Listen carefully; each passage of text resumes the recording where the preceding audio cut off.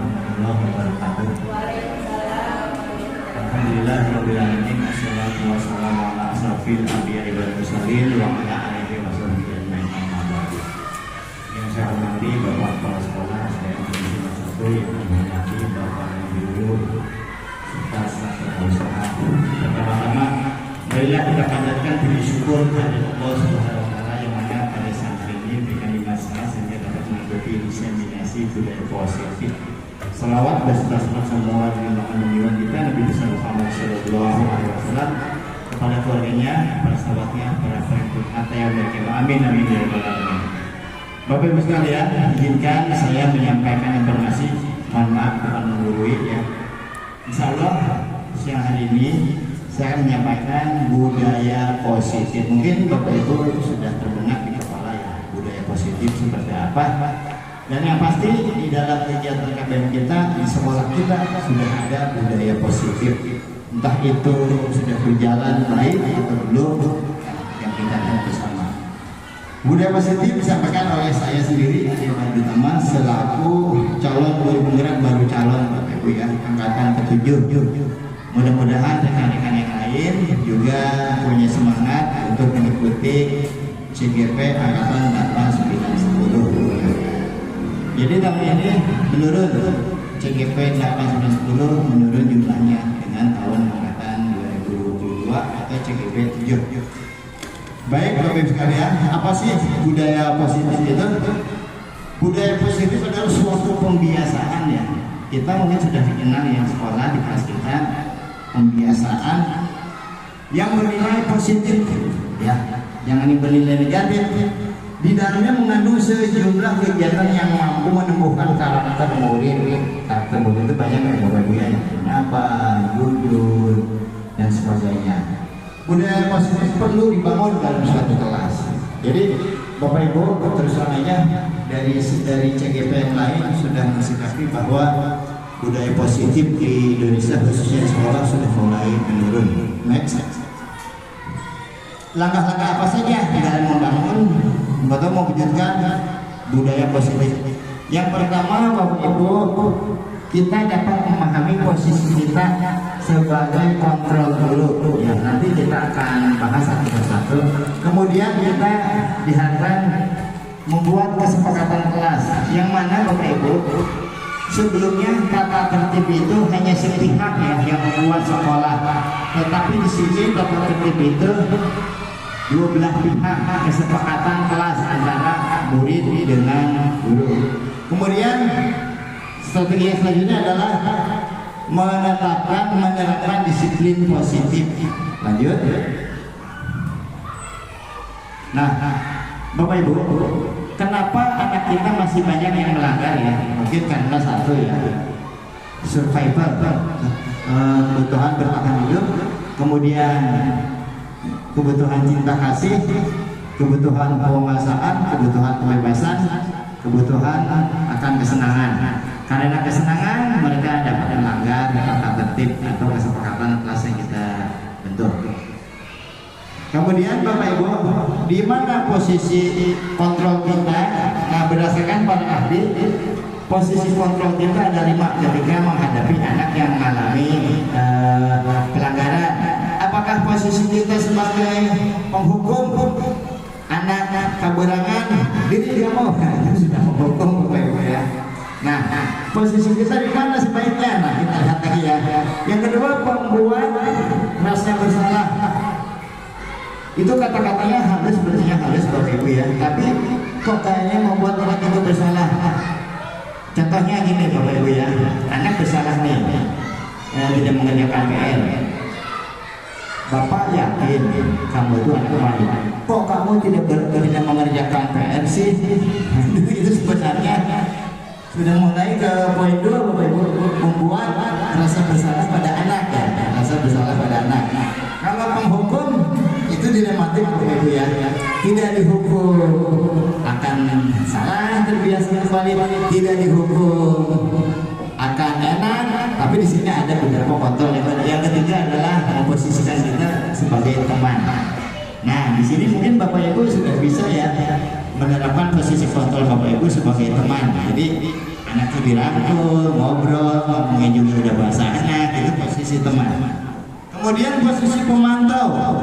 Pemantau itu Bapak Ibu, jadi kita tuh mencatat dalam jurnal. Contohnya misalkan si A kemarin berantem, catat, dikontrol, dia melakukan kesalahan, dibuatkanlah BP ya.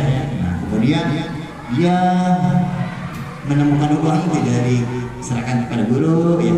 Itu dipantau aja, dilihat untuk dijadikan suatu keputusan. Oh, anak ini ternyata banyak poin negatifnya. Nah, yang paling baik adalah guru sebagai manajer ya, manajer. Nah, ini yang paling sulit ya, yang paling sulit dilaksanakan di dalam kelas. Ibu, gimana sih kalau bayangan kita kalau sebagai manajer perusahaan yang paling baik, disenangi oleh karyawan, untungnya banyak, artinya di sini di sekolah itu prestasinya baik, itu manajer ya, manajer. Kita lanjutkan bisa bilang, nah sebagai langkah awal dalam mewujudkan membangun budaya positif, Bapak Ibu membuat kesepakatan kelas. Nah, jadi kita kan sudah ada tata tertib nih, tapi ini tidak dibicarakan dengan anak. Jadi versi CGP, versi sekarang itu Merdeka Belajar yang berpikiran berpihak kepada murid, kita tuh membuat kesepakatan dengan anak.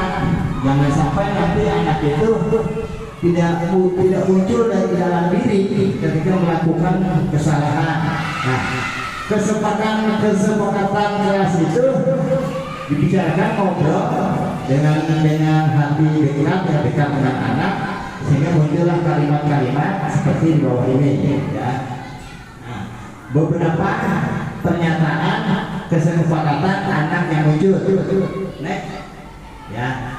Nah, tujuan kesepakatan kelas adalah menciptakan pembelajaran yang berpusat pada murid. Jadi murid itu kita tuh selalu bertuju pada berpusat pada murid. Murid pengennya jangan galak-galak, kita jangan galak. Murid pengennya jangan banyak kata, kita tapi di satu sisi kalau tidak mengerjakan, kita tawarkan apa konsekuensinya. Konsekuensi ada dua, hukuman dan konsekuensi ya. Kalau hukuman itu kesannya menjadikan anak itu malu, takut, tapi kalau konsekuensi dia merasa kalau saya mengerjakan A akan berdampak B. Kalau saya berbuat salah akan berdampak gimana? Itu konsekuensi. Tapi kalau hukuman, nah lain lagi hukuman. Kemudian memunculkan keterlibatan murid. Nah, jadi budaya positif atau tata tertib yang diciptakan, yang dikeluarkan oleh sekolah seperti ini Bapak Ibu, tidak melibatkan murid ya. Tahu-tahu ada poin aja ya, kalau di SMP itu ada poin berantem 50 ya, kemudian perokok 50 ya.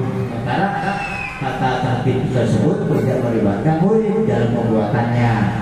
Yang ketiga, menumbuhkan komunikasi efektif. Nah, barang tentu dong Bapak Ibu ya. Ketika kita memunculkan budaya positif, kita ngobrol dengan anak, terjadilah komunikasi yang efektif antara murid dengan guru. Kesepakatan kelas Bapak Ibu, kelas 1, 2, 3, 4, 5 akan berbeda-beda tergantung usia. Nah, contoh keyakinan kelas ini mungkin sudah bisa dilaksanakan juga ya. Pertama, saling menghargai, saling menghormati, mengasihi teman. Ini untuk kelas 6, kelas 5, kelas 6 bisa. Kelas 1 akan berbeda lagi kalimatnya. Lebih rajin belajar, ya. Mereka tuh yakin pada dirinya, karena kan ada keyakinan ya, bahwa harus lebih rajin belajar. Kemudian mendengarkan dulu saat menjelaskan materi, walaupun sudah umum, tapi ini keyakinan mereka muncul dari dalam diri mereka, sehingga mereka itu akan tergerak hatinya untuk belajar sungguh-sungguh. Menjadi murid yang paling ramah dan tidak baperan. Kalimatnya kalimat anak-anak ya, bukan kalimat kita. Nah, ketika ada yang baper, dia ingat, wah itu kan kesepakatan kelas kita, makanya jangan baper ya. Kemudian yang kelima, mau main bersama, tidak pilih-pilih teman, mau melakukan hal positif, menjaga kebersihan, menjaga kerukunan kelas. Ini adalah keyakinan yang ada dalam diri anak, sehingga akan muncullah budaya positif di sekolah. Nah, berdasarkan teori ada 7 budaya positif di sekolah yang bisa diterapkan. Ya, alhamdulillah SD1 sudah bisa menerapkan budaya positif tersebut. Yang pertama, melaksanakan tata tertib yang pastinya didasari oleh kesepakatan kelas tadi yang dibicarakan antara murid dengan guru. Cinta kebersihan Bapak Ibu sudah biasa kita cinta kebersihan yang dihubungkan dengan piket, namun tetap saja masih ada sampah-sampah yang masih berserakan, masih ada aja anak yang membuang sampah tidak pada tempatnya. Kejujuran, alhamdulillah saya pernah melihat di sini ada uang, anak menemukan uang disampaikan pada guru, kemudian guru juga menyimpan di sini ya Bapak ya. Ini ya contohnya ya, sudah mulai ada kejujuran. Kemudian religius, Bapak Ibu religius, mungkin ini belum maksimal karena yang kita lihat yang sholat asal masih sedikit ya, masih sedikit, belum menyentuh dalam dasarnya bahwa sholat itu wajib. Kemudian kepedulian, peduli dengan sesama. Salah satunya Bapak Ibu ada anak saya pernah melihat dia minum es, kemudian sadarin itu peduli dengan teman ya. Dia kayaknya pengen jajan tapi dia punya uang. Nah, sifat toleransi banyak ya kita alhamdulillah, dan sikap nasionalis seperti upacara bendera kegiatan pramuka. Nah, aksi nyata budaya positif di sekolah kita Bapak Ibu yang sudah berjalan ya, kegiatan ekstrakurikuler alhamdulillah ya, walaupun masih tersendat-sendat seperti pramuka ya, pencaksilat itu alhamdulillah dapat menumbuhkan karakter. Kemudian upacara bendera alhamdulillah pagi kelas 6 sudah melaksanakan piket kelas, alhamdulillah dari kelas 1 sampai kelas 6 berjalan. Jumat bersedekah, ini budaya sangat positif, sudah berjalan sudah lama. Kemudian sholat duha beberapa sekolah sudah, kita belum mau ya sholat duha. Oh sudah ya. Alhamdulillah akan sholat duha. Kemudian pengajian rutin hari Jumat sudah ada. Sapa dan salam, sapa dan salam ternyata Bapak Ibu ketika kami berdiskusi dengan CGP ketika ada workshop di Cibinong, jadi salam sapa itu ciptaan dahulu ya sebelum masuk kelas itu ternyata kelihatannya sepele tapi katanya sangat mengena.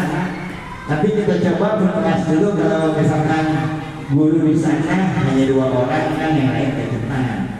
Kita akan coba mudah-mudahan bisa kok ya masing-masing kelas. Jadi kan kalau kelas mana tuh yang baris dulu tuh, nah sebenarnya satu jumlahan kan. Nah, itu salah satu contoh salaman dan salam. Kemudian budaya positif yang sudah berjalan adalah santunan anak yatim, alhamdulillah sudah berjalan.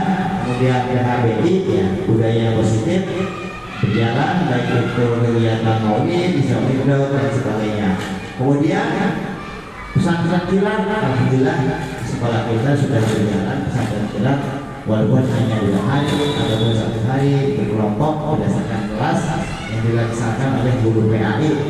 Kemudian lomba-lomba ini kita bilang S1 itu populer di masyarakat karena hasil prestasinya ya, baik itu lomba mahasiswanya, baik tingkat kecamatan, tingkat kabupaten maupun guru-gurunya. Nah, yang terakhir adalah selain siswanya juga, kita juga mempunyai budaya positif yaitu kolaboratif.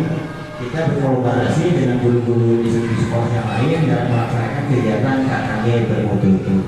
Nah, Bapak Ibu sekalian, apa sih manfaat budaya positif? Yang pertama, terciptanya pendidik yang merdeka. Makanya kita mudah-mudahan jadi pendidik yang merdeka. Terciptanya anak didik yang merdeka pula, yang berpusat berpihak pada murid. Meningkatkan pengetahuan pendidik, bahkan katanya dengan kurikulum sekarang dapat meningkatnya pengetahuan pendidik. Pendidik lebih mudah dalam menilai, tidak terpaku dengan nilai-nilai tertentu. Kemudian adanya ide-ide dan persepsi yang beragam, mungkin dari kelas 4 beda lagi, kelas 5 beda lagi, beragam. Yang terakhir adalah tujuan utama terciptanya rasa aman, nyaman dan menyenangkan di dalam belajar. Mungkin itu Bapak Ibu ya, budaya positif. Terima kasih. Mudah-mudahan budaya positif di sekolah kita dapat ditingkatkan. Terima kasih. Mohon maaf atas segala kekurangan. Assalamualaikum warahmatullahi wabarakatuh. Terima kasih.